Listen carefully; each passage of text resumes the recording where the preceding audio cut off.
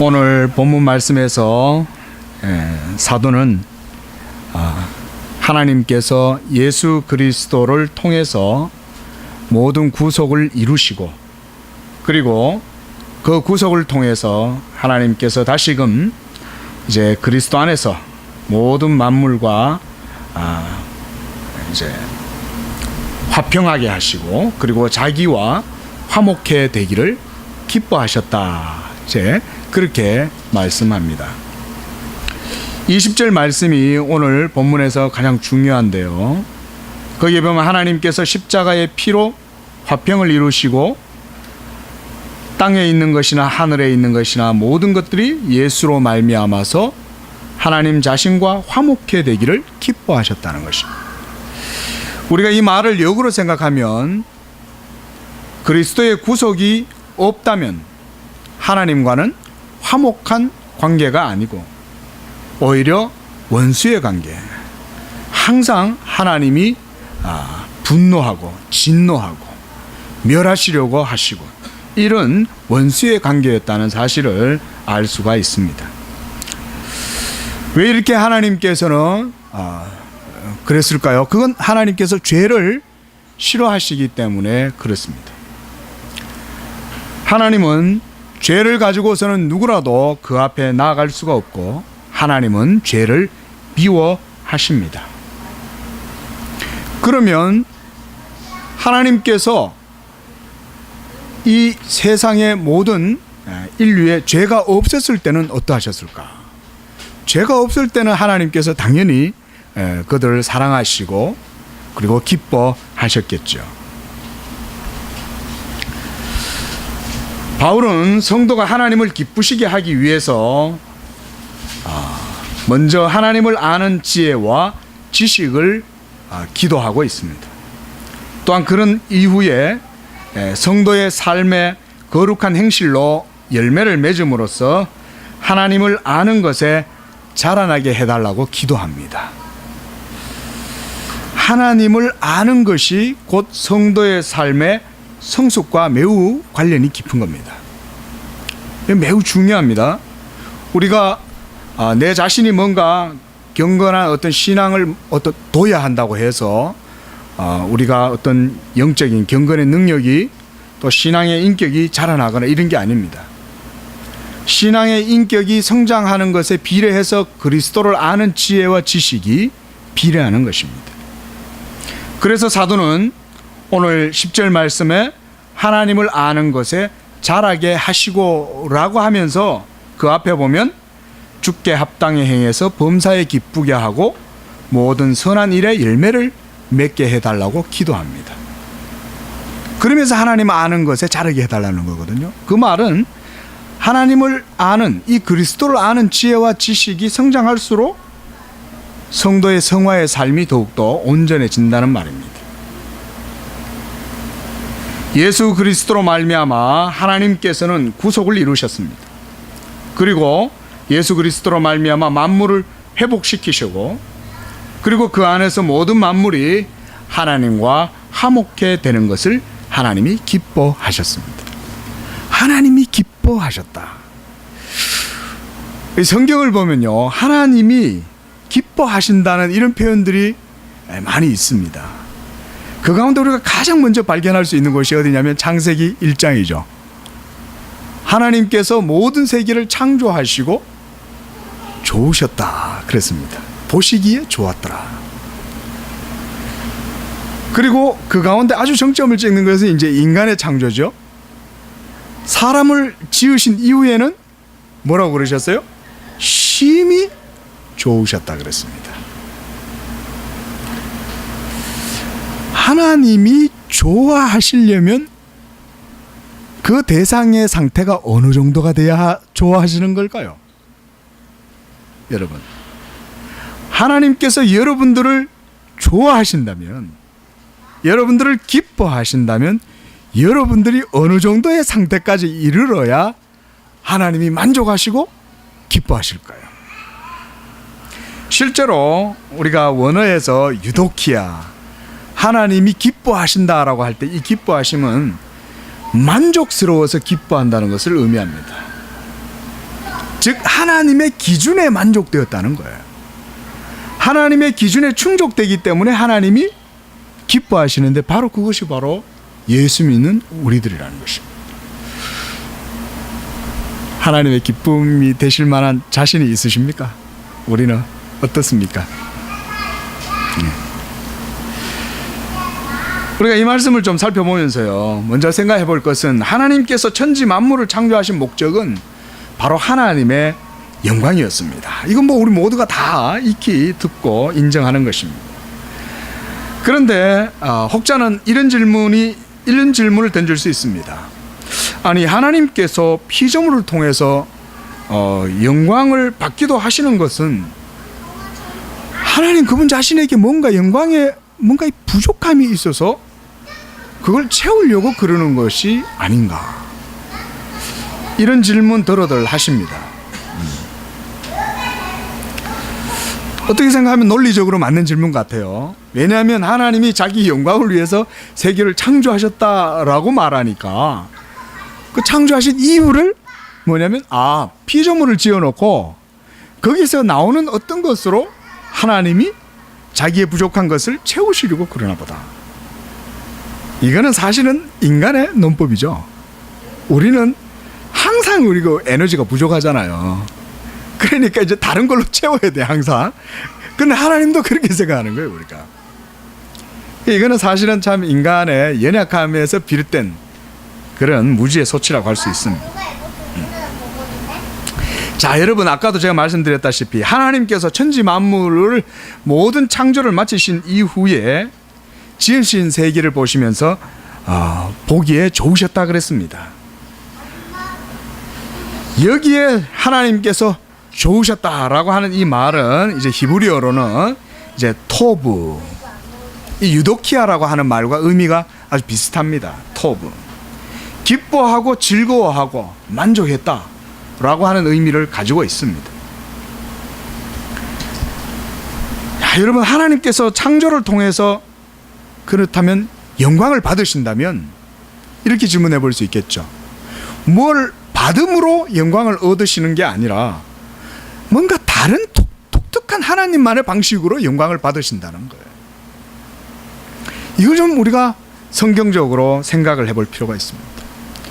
그렇지 않으면 우리는 항상 하나님께 뭔가 드려야 하나님이 기뻐하신다라고 하는 이런 아주 이방의 신을 섬기는 그런 저급한 신관에 사로잡혀서 하나님을 바르게 섬기지 못할 가능성이 많습니다. 여러분, 하나님은 우리가 무엇을 드림으로 기뻐하시는 것이 아닙니다. 하나님은 원론적으로는 세계를 창조하지 않으셔도 하나님은 영광에 부족함이 없어요. 이걸 우리가 뭐라 그럽니까? 하나님의 자충족하심이라고 그러잖아요. self-sufficient. 하나님은 충만하시다, 자기 스스로.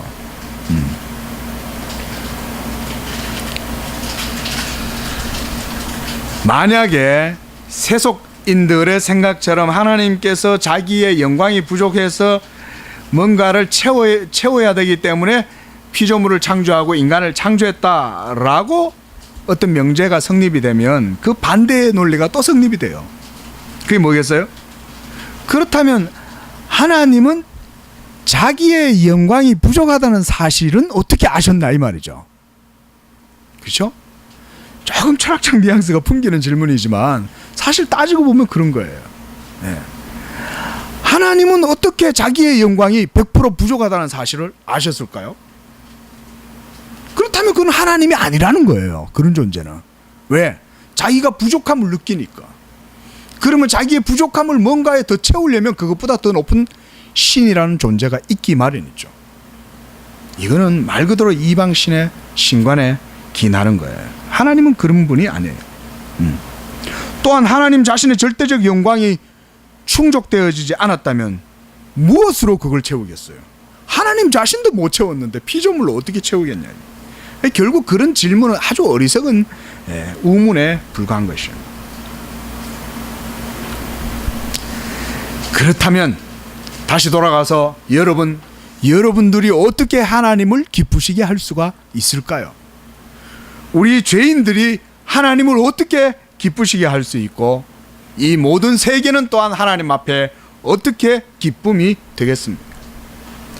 오늘 본문 말씀 마지막에 우리가 함께 읽었던 이 말씀에 보면 여러분, 하나님을 기쁘시게 하는 대상은 인간만 있지 않습니다. 땅에 있는 것들이나 하늘에 있는 것들, 모든 피조 세계도 하나님께 기쁨이 되어진다고 말씀합니다. 이것은 말 그대로 처음 하나님께서 세상을 창조하신 그 창조의 회복을 말하는 거예요.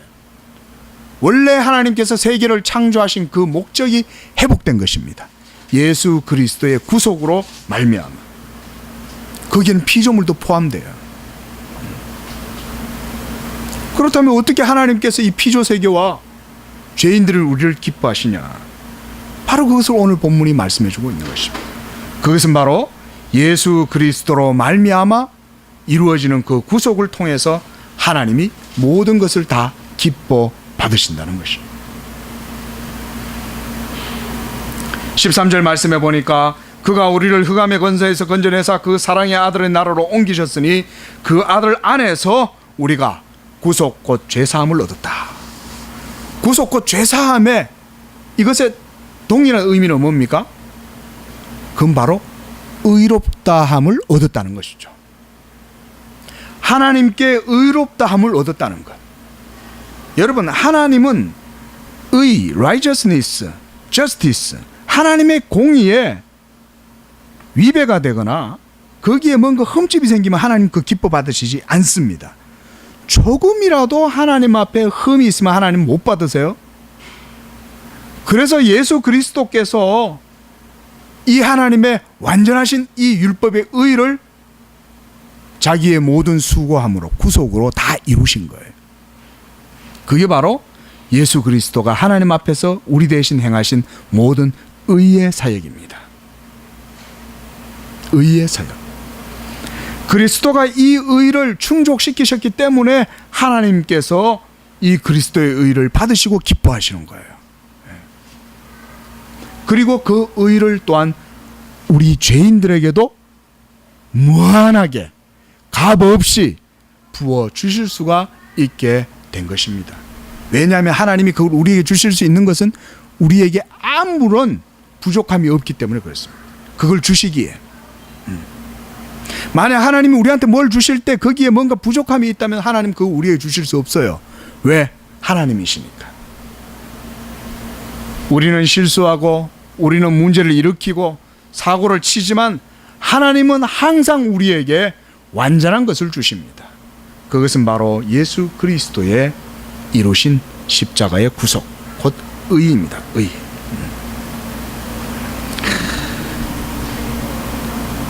여러분, 그래서 우리가 이렇게 볼 수 있어요. 이 기독교가 아주 고급스러운 이 종교고, 기독교의 지식은 사실은 매우 신령하고 고급스러운 지식을 가지고 있습니다. 그게 뭐냐면 내가 뭔가 드림으로 하나님을 기쁘시게 한다, 이런 건 아주 저급한 겁니다. 이건 사실은. 예. 모든 현재 이 세상에 있는 일반 범종교는 다 그런 식이죠. 예? 바꿔 말하면 전부 다 행위를 다 강조하는 거죠. 예? 내가 신에게 1000번 절하는 것보다 3000번 절하면 하나 그 신이 더 기뻐하고, 예?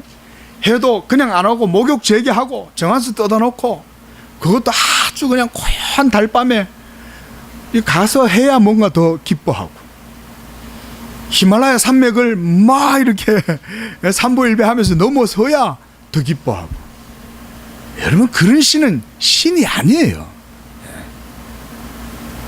그러나 기독교가 참신이라면 그 참 하나님은 어떻게 자기의 영광에 합당하게 또한 영광을 받으시는가? 어떻게 하나님은 죄로 말미암아 부패하고 타락했던 우리를 하나님은 다시 좀 기뻐하실 수 있는가? 그리고 그리스도의 구속 안에서 우리를 그렇게 기뻐하실 수 있는가? 여기에 바로 우리 청교도들 그리고 우리 개혁신학의 이 부유함이 있습니다. 한번 따라하겠습니다. 하나님을 기뻐하는 것이 하나님을 기쁘시게 하는 것이다. 이게 아주 고급스러운 기독교의 지식이에요. 하나님을 기뻐하는 것이 하나님을 기쁘시게 하는 것입니다, 여러분. 그 기뻐하는 거는 그럼 뭐죠? 어떻게 기뻐하는 거죠? 이 조금 이제 우리가 이 개념을 우리가 성경을 통해서 좀 접하고 이해를 할 필요가 있습니다. 하나님을 기뻐한다.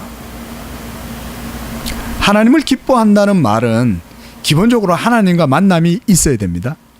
하나님과의 조우가 있어야 하나님을 기뻐할 수 있어요. 그렇다면 그 기뻐하는 내용과 형식이 뭘까요? 어떻게 하나님을 기뻐하는 것일까요? 쉽게 말하면 성령으로 기뻐하는 것이죠. 성령께서 우리 안에 오셔서 우리로 하여금 하나님을 기뻐할 수 있도록 우리 안에 큰 지극한 평안과 기쁨을 주는, 복음의 기쁨을 주는 거예요. 그러기 위해서는 우리의 영혼에 깊이 찌들어 있는 이 죄의 문제가 복음으로 말미암아 해결돼야 됩니다. 바로 예수 그리스도의 이 복음의 은혜로 우리의 양심 속에 있는 모든 죄가 해결되고, 그로 말미암아 성령의 이 새롭게 하시는 은혜가 우리 속에부터 솟아나는 것입니다. 여러분, 이렇게 우리가 하나님을 기뻐합니다. 하나님이 그렇게 우리를 기뻐하실 때에 하나님이 우리를 기뻐하세요. 받으세요. 우리를 받으세요.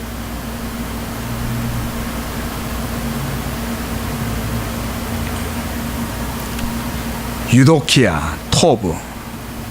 하나님이 기뻐하시는 것은 하나님의 기준에 만족되어야 됩니다.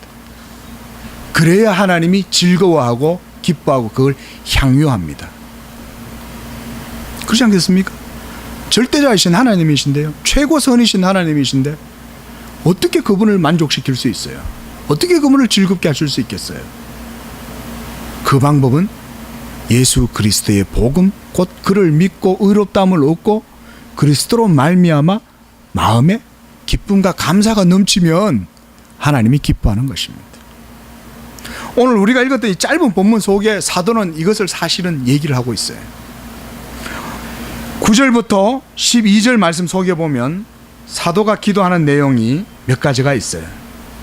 먼저 9절 말씀에 보면 모든 지혜와 총명에 하나님 뜻 아는 것으로 채우게 하고, 그 다음에 합당하게 행하여 범사에 기쁘시게 하고, 선한 열매를 맺게 하고, 하나님을 아는 것에 자라게 하고, 그리고 11절에 모든 견딤과 오래 참음으로 이르게 하시고, 그 다음 12절에 아버지께 감사하게 하시기를 원한다.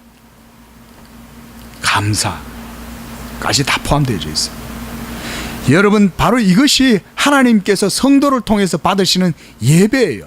신령한 산 제사예요. 하나님이 여러분들을 기뻐 받으셔야만이 그것이 신령한 산 제사가 되는데, 그것은 그리스도의 피로 말미암아 구속함을 얻은 백성들이 성령의 즐거움으로 하나님의 영광을 알고 기뻐할 때 하나님이 그 성도들의 모든 것을 기뻐 받으시는 것입니다.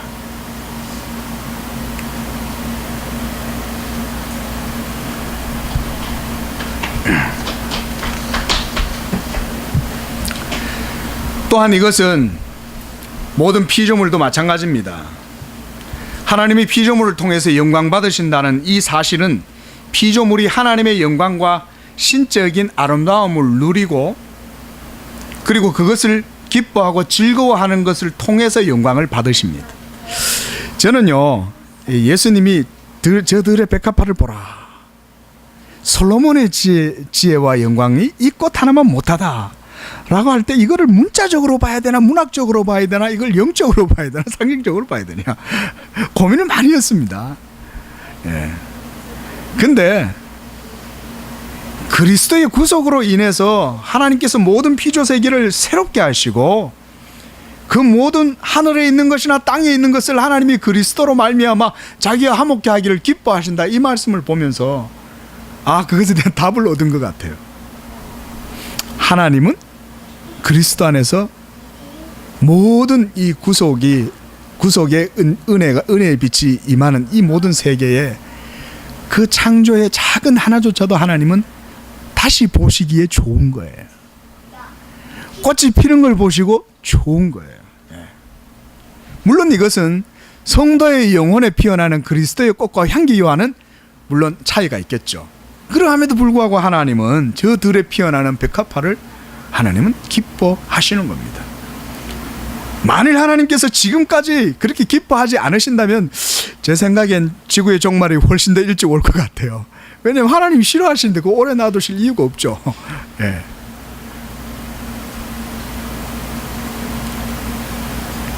하나님께서 피조물 창조를 통해서 영광 받으시는 방식이 바로 이런 겁니다. 하나님이 피조 세계가 하나님을 기뻐하고 하나님의 영광과 아름다움을 보고 즐거워하는 것을 그걸 통해서 하나님이 영광 받으신다. 여러분, 열매 맺는다. 열매 맺는다. 오늘 본문에도 열매 이런 말씀 나오거든요. 열매. 예수 그리스도께서 모든 이 죽은 자 가운데서 잠자는 자들의 첫 열매가 되셨죠. 하나님 앞에서. 바로 이 의의 열매를 맺으신 겁니다. 생명의 열매, 의의 열매. 하나님이 그걸 기뻐하시는 거예요. 제가요, 이게 뭐 그렇게 넓은 소견은 아니지만 짧은 식견으로 봤을 때, 여러분 이 과일 같은 거, 여러분 이 프루트 열매 보면 이 어느 부분이 제일 맛있는지 아세요? 여러분, 과육 가운데 가장 맛있는 부위는 씨를 둘러싸고 있는 육질의 가장 당도가 높습니다. 그리고 그 단 것을 사람이 먹으면 기쁘죠. 즐겁죠. 예. 수박의 가장 맛있는 부위는 수박 씨가 촘촘히 박혀 있는 그 중심을 주변으로 해서 아주 맛이 있습니다. 우리 건우가 참외를 딱 주니까 참외를 언제 알았는지 씨만 먹어요. 씨만. 그래서 그 맛있는 부위 그 안에 있잖아요. 씨가 촘촘하게 달려 있단 말이에요. 그거를 싹 뜯어 그것만 먹고는 나머지는 그 주변에 살을 살살살 긁어 먹고 나머지 딱딱한 살들은 그냥 내버려 놓는 거예요. 수박도 주변에 이렇게 있는 거는 무처럼 조금 맛이 없지만 안으로 들어갈수록 훨씬 더 달죠. 이 하나님께서 모든 창조 세계가 번식하고 충만할 수 있도록 하실 때 저는 그것이 하나님께서 그런 섭리로 행하셨다고 봐요. 과일들도 식물들도 기뻐하는 거예요, 여러분. 식물들도 즐거워하는 거예요. 그들의 그 모든 생육하고 발육하는 그 과정이 여러분 그 자체가 보면 형식적으로는 기뻐하는 거예요. 즐거워하는 거예요. 그리고 그것들도 즐거워하면서 생육하고 번식해요. 여러분, 이것이 하나님께서 피조물들을 물질 세계에 주신 기쁨입니다. 저는 그렇게 봅니다. 동시에 사람들도 마찬가지입니다, 여러분. 여러분들이 기뻐하고 즐거워함으로 하나님을 섬기지 않는다면 하나님은 여러분들의 섬김을 받지 않으시는 거예요. 막 오히려 싫어하시죠. 짜증내시겠죠. 아, 이거 싫으면 냅둬라. 뭐 그렇게 내가 억지로 하라는 것도 아니고 그러겠냐, 그러실 거 아니에요. 하나님은 여러분들이 하나님의 일에 참여할 때에, 주의 일을 섬기고 감당할 때에 기쁨과 즐거움으로 헌신하고 하나님을 즐거워함으로 하는 것을 하나님이 기뻐 받으시는 거예요. 그게 바로 하나님 기뻐 받으시는 열매입니다. 이렇게 하나님께서 창조하신 세계 안에도 저는 이런 가히 미학적인 이런 의미들이 있다고 봐요. 존재론적으로. 또한 하나님께서 모든 세계를 도덕적으로 창조하고 그 세계에서 도덕적 열매로 하나님은 기뻐하십니다.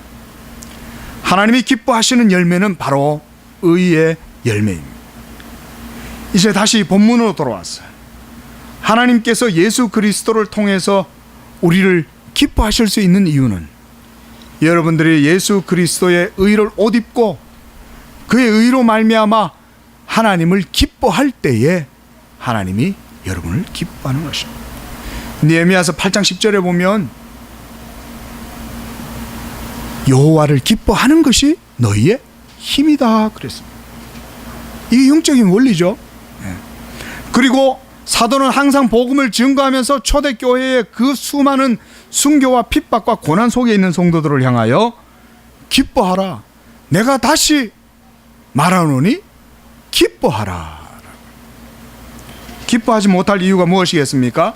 예수 그리스도가 부활의 첫 열매가 되고 그가 하늘과 땅을 모두 다 그 안에서 통일시킬 수 있을 정도의 큰 의의 이 은총을 내리워 주셨는데 우리가 기뻐하지 않을 이유가 없는 것이.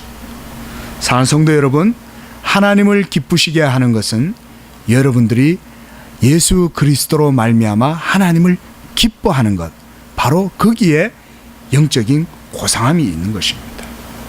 이런 마음과 믿음으로 늘 하나님을 기뻐함으로 여러분들이 그리스도 안에서 하나님을 영화롭게 하는 복된 삶을 살아가시기를 주의 이름으로 축원드립니다. 기도하겠습니다. 자비하신 하나님 아버지, 우리에게 소망도 없고 빛도 없고 어둠 가운데에서 슬퍼하며 이를 갈며 살아갈 수밖에 없었던 그런 우리 심령들에게 그리스도 예수의 의의 빛과 그 옷을 입혀주시고 그것으로 말미암아 우리 머리에 화관을 씌워주시고 이제는 우리로 하여금 희락을 주시고 그것으로 말미암아 하나님을 기뻐할 수 있도록 은혜 베풀어 주신 것을 감사합니다. 하나님, 이제 예수 그리스도의 복음에 이 믿음으로 나아갈 때에 우리의 남은 모든 생을 하나님을 기뻐할 수 있도록 인도하여 주시옵소서. 여호와를 기뻐함으로 우리의 삶이 영적으로 건강하고 힘있는 삶을 살게 하시고 하나님을 영화롭게 할 수 있는 그런 건전한 믿음의 사람들 다 되도록 인도하여 주시옵소서. 거룩하신 예수님의 이름으로 기도합니다. 아멘.